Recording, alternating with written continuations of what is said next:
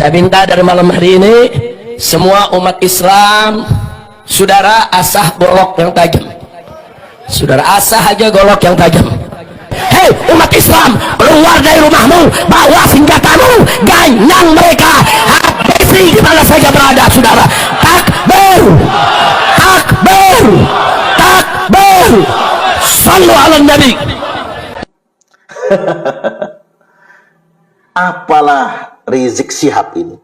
Video ini kan lebih terindikasi sebuah provokasi, sok jago, gagah-gagahan. Cuman saya agak terganggu dengan gaya arogan seperti ini. Gaya sok hebat, gaya sok jago, ngajak-ngajak perang, sebagainya asah golok. Kalau memang betul terjadi perang, nggak mungkin Rizik Syihab yang maju ke lapangan, percayalah. Kalau terjadi benturan konflik horizontal, yang jadi korban siapa? Ya tetap masyarakat bangsa Indonesia. Bukan mereka-mereka yang keluar-keluar di podium sok hebat, sok jago ini, bukan. Yaitu di masyarakat bawah yang katanya muhibbin, masyarakat pribumi Nusantara, ya paling itu saja yang kemudian dikorbankan, ditumbalkan ke depan. Apa iya kemudian klan Ba'alwi itu benar-benar jago, benar-benar berani, benar-benar gagah? Mereka keluar-keluarnya saja berani, nyatanya ya enggak. Saya mengusulkan kepada pemerintah, karena video ini memunculkan beberapa indikasi yang mengarah kepada provokasi, jadi tidak lanjutin, jangan sampai hal-hal ini dibiarkan.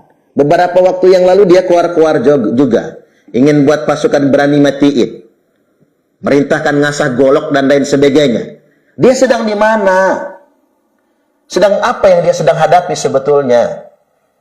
Kemudian yang berikutnya seperti Bahar Smith juga, yang ngangkat-ngangkat pedang dengan dua mata pedangnya tersebut, kayak ngajak perang, ngajak ribut dan lain sebagainya.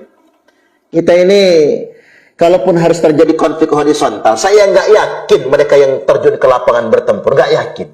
Yang disuruh muhibbin-muhibbinnya itulah, dalam tanda kutip saya sebutkan, yang mereka tumbalkan. Mereka nggak benar-benar berani. Dan yang kedua, ini kan negara hukum. Saya mengusulkan kepada Pak Kapolri, video yang seperti ini harus ditindaklanjuti. Nggak boleh kemudian ada pembiaran, orang kemudian menunjukkan kesombongan, kepongohan, arogansinya, seolah-olah dia bisa mengatur segalanya dan mengerahkan massa. Terus yang katanya Indonesia negara hukum, apa gunanya ketika ada pembiaran seperti ini? Saya ingin sampaikan, setelah saya identifikasi, apa sih beberapa kelemahan bangsa Indonesia ini? Yang pertama, kelemahan kita adalah tidak pernah menyelesaikan masalah. Indonesia ini dari zaman ke zaman tidak pernah mampu menuntaskan masalah. Contohnya apa? Misalnya DITII, NII, nggak benar-benar tuntas. Oke, secara organisasi mereka sudah dibubarkan, tapi ajarannya, orang-orangnya masih terus bisa mengembangkan ajarannya. Hizbut Tahrir Indonesia misalnya, organisasinya nggak ada, tapi gerakannya masih. Front Pembela Islam, organisasinya dibubarkan, tapi mereka tetap masif. Khilafatul Muslimin. Maka dari itu, saya menganggap Indonesia adalah negara yang suka membiarkan masalah.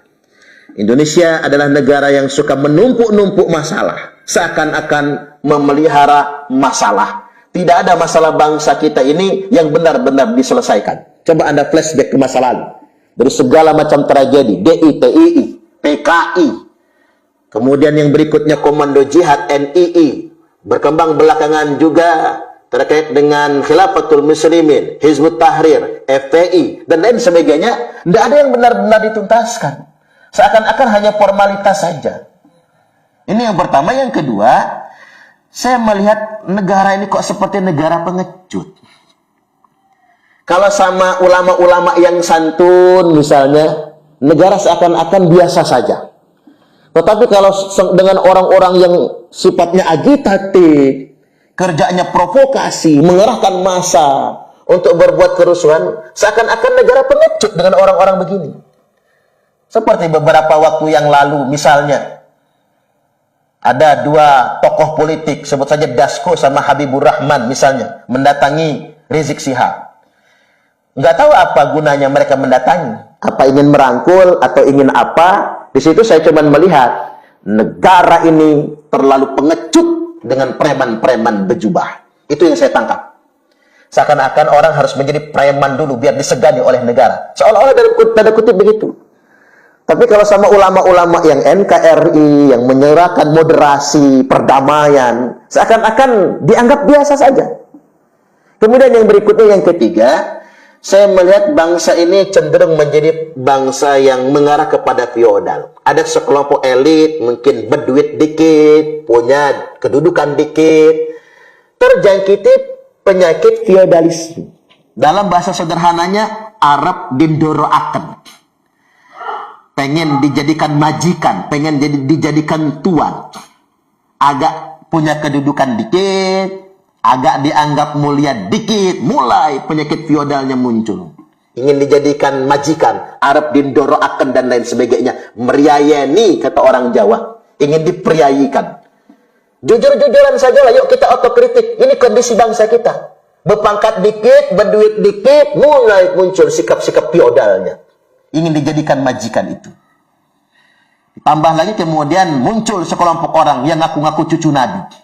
Merasa kemudian menjadi kasta tertinggi, mau dianggap jadi majikan di negeri ini. Mereka pendatang di negeri ini, lantas kemudian berharap jadi majikan. Ini kan kenyataan. Kemudian yang berikutnya, bangsa Indonesia ini keempat setelah saya identifikasi, lebih menampakkan kepada bangsa yang inlander. Inlander itu istilah yang disematkan Belanda. Belanda dulu mengkastanisasi. Di Hindia Belanda itu ada 3 kategori warga negara. Ada warga negara kelas 1, yakni Belanda, dan negara-negara Eropa penjajah, termasuk Inggris, Portugis, dan lain sebagainya.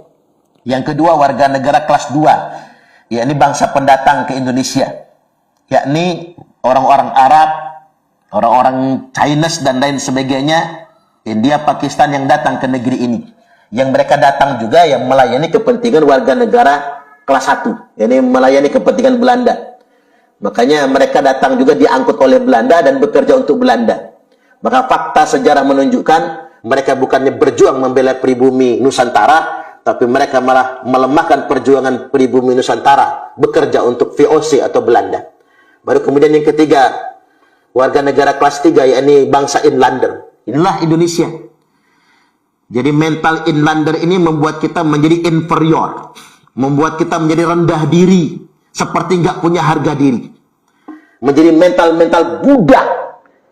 Kemudian dikasih gelar muhibbin saja, bangganya bukan main. Ya ada orang dikasih gelar muhibbin aja bangganya bukan main. Padahal sebetulnya dia bukan muhibbin, tapi budak. Dia dikendalikan, dimanfaatkan, dan dieksploitasi oleh orang-orang tersebut. Karena mengapa? Mental inlander. Kita ini sudah merdeka, bro. Ayo kita semua merdeka. Islam itu adalah ajaran yang sifatnya egaliter. Tidak ada yang merasa lebih istimewa daripada orang lain. Dan saya ingin ingatkan kembali kepada pemerintah. Pemerintah Republik Indonesia. Anda semua dipilih oleh rakyat. Anda semua hidup sejahtera dengan fasilitas yang dibiayai oleh rakyat. Anda semua hidup mewah dengan pengawalan yang ketat, dengan fasilitas yang lengkap, digaji oleh negara, itu semua uang rakyat. Maka belalah kepentingan rakyat. Jangan pernah takut dengan preman-preman berjubah. Jangan biarkan arogansi menjamur di negeri ini. Bela kepentingan rakyat, sejahterakan rakyat. Apa kemudian menjadi sangat takut? Akhirnya rakyat dibentur-benturkan sesama rakyat akhirnya. Karena mengapa? Pemerintah tidak hadir untuk kepentingan rakyat. Karena pemerintah hanya berpikir berbagi kekuasaan, jatah menteri dan lain sebagainya. Rakyat kemudian menjadi objek saja. Ini saya perlu ingatkan kepada setiap pemangku kepentingan, jangan pernah biarkan arogansi yang ditampilkan seperti Tuan Rizik Syihab ini dibiarkan di negeri kita ini. Jangan pernah takut dengan arogansi dalam bentuk apapun. Dan kepada segenap umat Islam, waspadalah. Betapa banyak orang kemudian mengkamuflase agama untuk kepentingan diri dan kelompoknya, mengkapitalisasi bahasa-bahasa agama untuk kepentingan politik kelompok tertentu. Jangan pernah mau diadu domba. Ingat bangsa Nusantara, jangan pernah mau dibenturkan antar sesama kita. Karena ada orang yang menggunakan bahasa-bahasa agama sebetulnya bukan untuk tujuan agama, tapi untuk tujuan politik.